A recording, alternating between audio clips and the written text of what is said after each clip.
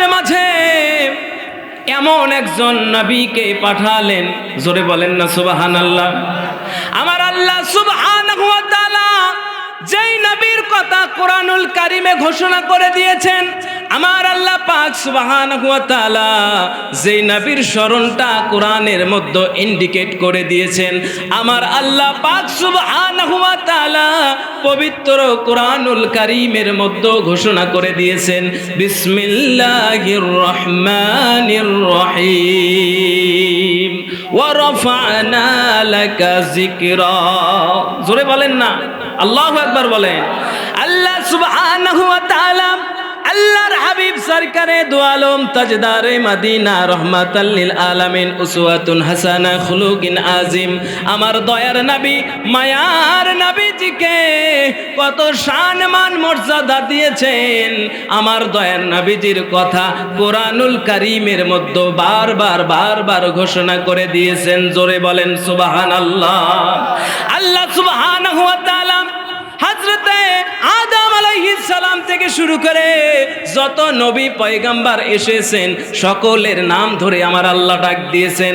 আর আল্লাহ পাক তার বন্ধু তার হাবিবকে কোরআনুল কারীমের এক জায়গাও নাম ধরে ডাকেন নাই। আল্লাহর হাবিবকে আল্লাহ পাক সুবহানাহু ওয়া তাআলা তার বন্ধুকে এত ভালোবাসেন, এত মোহাব্বত করেন। হুজুরে আকরাম সাল্লাল্লাহু আলাইহি ওয়াসাল্লামের সম্মান আল্লাহ পাক এত বৃদ্ধি করে দিয়েছেন, সমুন্নত করে দিয়েছেন। আল্লাহ পাক কোনো জায়গায় নাম ধরে ডাকলেন না। আল্লাহ সুবহানাহু ওয়া তাআলা কোরআনুল কারীমের মধ্যে ঘোষণা করে দিলেন, ইয়া আইয়ুহান নাবিয়্যু। জোরে বলেন না সুবহানাল্লাহ। ইয়া আইয়ুহান নাবিয়্যু। আমার আল্লাহ পাক শুধু তাই নয়, কোরআনুল কারীমের মধ্যে বললেন ইয়াসিন, তাহা, ইয়া মুদাসসির, ইয়া মুজাম্মিল। এরকম যখনই আমার আল্লাহ পাক তার হাবিবকে ডাক দিয়েছেন, তার বন্ধুকে ডাক দিয়েছেন, সুন্দরভাবে মোহাব্বতের সাথে শান ও মান দিয়ে ডাক দিয়েছেন। জোরে বলেন না সুবহানাল্লাহ। সেই নবীজির মোহাব্বত আমাদের আপনাদের মধ্যে আছে না নাই? আমরা তো মুসলমান ইমানদার দাবি করি, নবীজির মোহাব্বত যার অন্তরের ভেতরে নাই, যার কলিজার ভেতরে নাই, দিলের ভেতরে নাই, তার ঈমান নাই। জোরে বলেন কথা ঠিক কিনা? এটা আমার কথা না, বুখারী শরীফের মধ্যে এসেছে, একটা বাবি কায়েম হয়েছে, বাবি হুব্বু রাসূল সাল্লাল্লাহু আলাইহি ওয়াসাল্লাম মিনাল ঈমান। জোরে বলবেন না সুবহানাল্লাহ।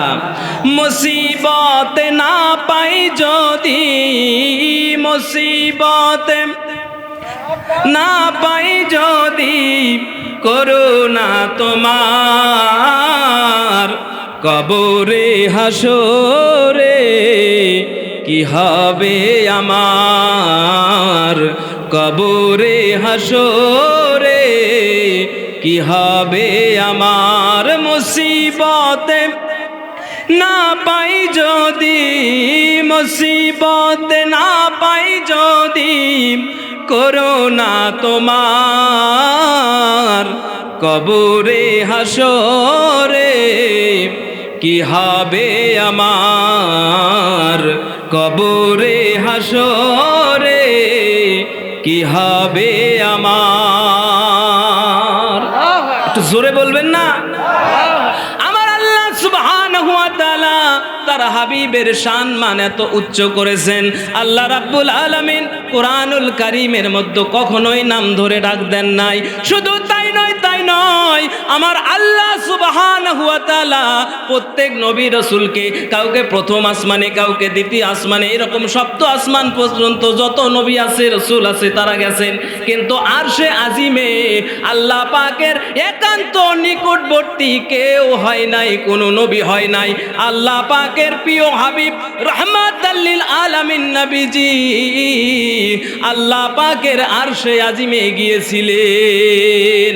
আল্লাহ সুবহানাহু ওয়া তাআলা আমার নূর নবীজিকে সম্মান দিয়েছেন, আরশে আলায় ডেকে নিয়েছেন। বাবারা, সেই নবীজিকে ভালোবাসার দরকার আছে না নাই? একটু আস্তে বলেন। আমরা তো মুসলমান, ইমানদার, সুন্নি মুসলমান নিজেকে দাবি করি, কিন্তু আমরা নবীজির সুন্নাত মানতে চাই না। নবীজি যে দাঁত ভেঙেছেন, আমরা ওই সুন্নতটা মানতে চাই না। আল্লাহর হাবিবের একটা সুন্নতকে যদি কেউ মানে, একটা সুন্নতকে যদি কেউ ধারণ করে, আল্লাহ রাব্বুল আলামিন তাকে 100 শহীদের মর্যাদা দান করবে। জোরে বলেন না সুবহানাল্লাহ। আর একটু জোরে বলবেন না? আল্লাহর হাবিবের মহাব্বত ভালোবাসা আমাদের অন্তরে রাখতে হবে। দেখেন সাহাবায়ে কেরাম কত ভালোবাসতেন। হযরতে বিলাল রাদিয়াল্লাহু তাআলা আনহু, আমার নবীজি যখন ইন্তেকাল করে এই জগৎ থেকে ওই জগতে চলে গেলেন, মদিনা শরীফটা অন্ধকার হয়ে গেল। সাহাবায়ে কেরাম কান্নায় রোল করতে লাগলো। সাহাবায়ে কেরাম সকলেই এত কষ্ট করতে লাগলো, তারা কেউ কোনো কিছুই ভালো লাগে না। আমার নবী নাই, নবী নাই। হযরতে বিলাল এত আশিকে রাসূল ছিলেন বাবারা। হযরতে বিলাল কি করলো একটু খেয়াল করে শুনবেন। আল্লাহ রাব্বুল আলামিনের হাবিব দুনিয়াতে নাই, মদিনাতে নাই। তাই বিলাল কি করলেন, মদিনা ছেড়ে নবীজির বিরহ ব্যথায় শাম দেশে চলে গেলেন। জোরে বলেন কোথায় গেলেন? শাম দেশে চলে গেলেন।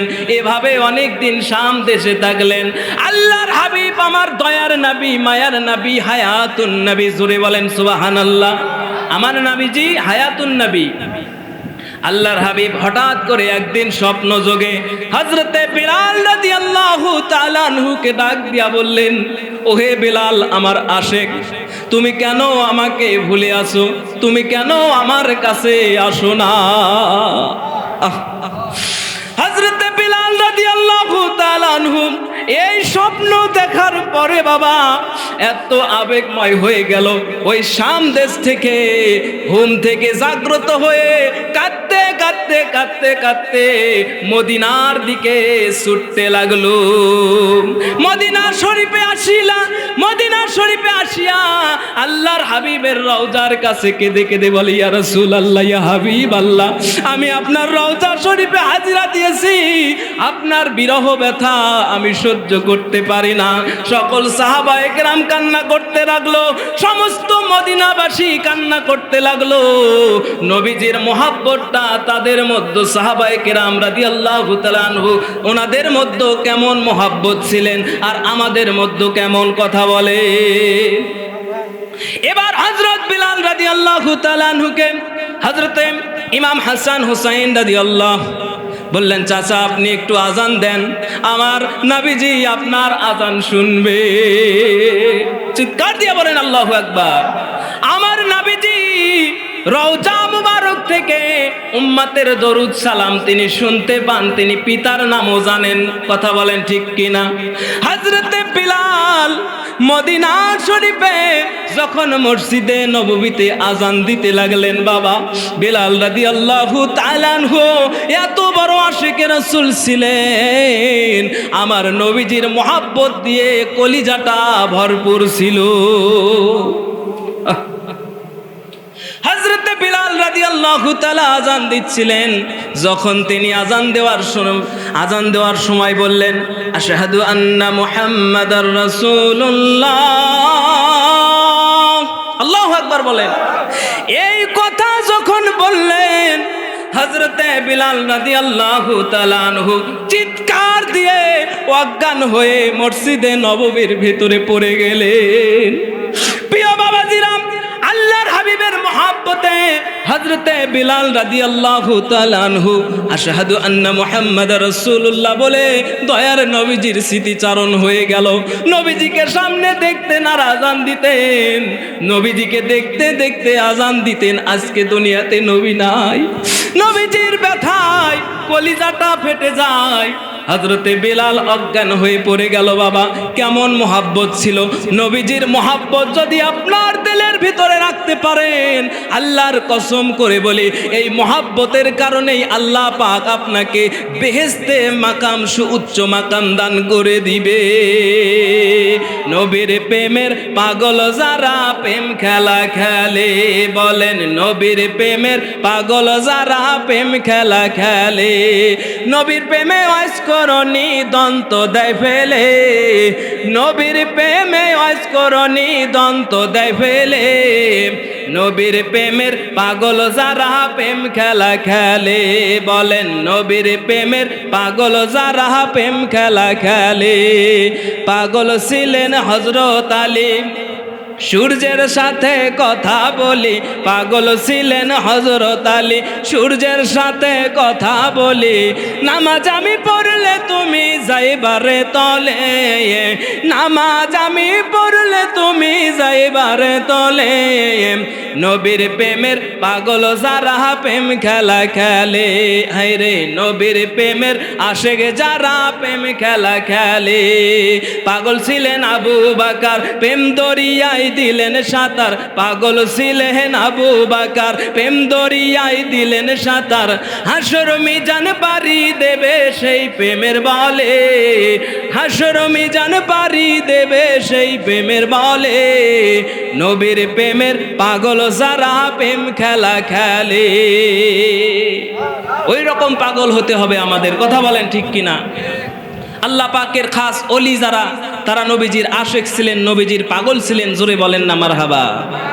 বিশ্ববিখ্যাত মুজাদ্দিদ হাদিয়া হিন্দুয়া বাঙ্গাল হাফেজ কারি আল্লামা শাহ কারামত আলী জনপুরি রহমাতুল্লাহ আলাই কেমন নবীজির আশেক ছিলেন একটু শুনে রেখে দেন বাবারা। আমার নবীজির কেমন পাগল ছিলেন, কেমন আশেক ছিলেন একটু খেয়াল করে শুনেন বাবা। ওই ব্রিটিশের সময়ে যারা নবীজির দুশমন ছিল, ওই সমস্ত বাতিলদের বিরুদ্ধে লেখালেখি করেছিলেন আমার মুজাদ্দিদে জামান, বিশ্ববিখ্যাত মুজাদ্দিদ হাদিয়ে হিন্দুয়া বাঙ্গাল হযরত আল্লামা শাহ কারামত আলী জনপুরি রহমাতুল্লাহ আলাই। শিরক বিদাতের বিরুদ্ধে তিনি হুঙ্কার দিয়েছিলেন, ব্রিটিশদের বিরুদ্ধে জিহাদ করেছিলেন, যার কারণে মুজাদ্দিদ শাহ কারামত আলী জনপুরি রহমাতুল্লাহ আলাইকে ওই সময় 4 দিন কারাগারে রাখা হয়েছিল। কয়দিন? বিশাল বড় ঘটনা বাবা, বড়ই আশ্চর্য ঘটনা। আল্লামা কারামত আলী জনপুরি রহমাতুল্লাহ আলাইকে যখন ব্রিটিশ পুলিশ যখন ধরে জেলখানার ভিতরে রাখলো, জোরে বলেন কোথায় রাখলো? একে একে 3 দিন পার হয়ে গেল। দেখেন কেমন আশেক ছিল, কেমন আশেক ছিলেন। 3 দিন পর 4র্থ দিনে আল্লাহর ওলি ওযু করে যায় নামাজে, যখন ওই জেলখানার ভেতরে নামাজে দাঁড়িয়ে নামাজ আদায় করলেন, আল্লাহ পাকের দরবারে দুখানা হাত তুলে বললেন, আয় আল্লাহ আমি তো মাজলুম, আমার কেউ নাই, কেউ নাই গো মাবুদ, আপনি ছাড়া আমার আর কেউ নাই। আমার আল্লাহর দরবারে হাত তুলে দোয়া করতে দেরি, জেলখানার যত তালা আছে সবগুলো তালা চটচট করে খুলে যেতে দেরি নাই। জোরে বলেন সুবহানাল্লাহ। জেলখানার যত চাবি তালা আছে সবগুলো একে একে খুলে গেল। জোরে বলেন সুবহানাল্লাহ। জেলখানার দারোগা অবাক হয়ে গেল, আরো যারা কয়েদি আছে তারাও অবাক হয়ে গেল, সর্বনাশ, এটা কি হলো? এমন তো কখনো হয় না, আসলে কি এমন হয়? কিন্তু যারা আল্লাহর মুহাক্কিক, আল্লাহর বান্দা হয়, আল্লাহর বন্ধু হয়, আল্লাহ পাকের খাস ওলি হয়, আল্লাহ পাক তাদের হাতের দোয়া ফিরিয়ে দেন না, কথা বলেন ঠিক কিনা? আল্লাহর ওলি যখন দোয়া করছেন সবগুলো তালা খুলে গেছে। এবার দারোগা হুজুরের কাছে এসে বলে, হুজুর ভুল হয়ে গেছে, হুজুর আপনি ক্ষমা করে দিন। ওই জেলখানার ভেতর আরো 40 জন ছিল, তারা হুজুরের হাতে বায়াত হয়ে কালেমা পড়ে তারাও হুজুরের সঙ্গে বের হয়ে পড়লেন। জোরে বলেন না সুবহানাল্লাহ। ওই রকম আশিকে রাসূল হতে হবে, ওই রকম আল্লাহওয়ালা হতে হবে। আল্লাহ পাক আপনার যা প্রয়োজন সব কিছু কুদরতি খাজানা থেকে দিয়ে দিবে।